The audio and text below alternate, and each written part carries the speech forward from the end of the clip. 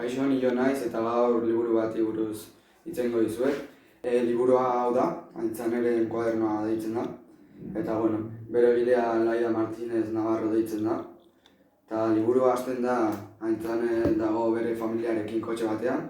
Eta familia horretan dare Aintzaneren ama, Saioa, Aintzaneren aizpa. Gero dago Mikel, amaren nobioaren semea da. Eta amaren nobioa Luisma deitzen da. Eta Aintzane ez du hiria utzi nahi, zera mudatu egin behar dira.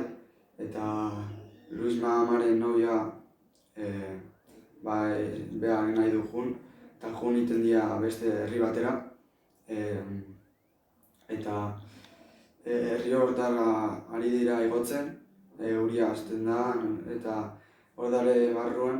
Eta Aintzaneren koadernoa bat du, Aintzanek koadernoa bat du, horregatik deitzen da Aintzaneren koadernoa. Eta doa hor dena idazten.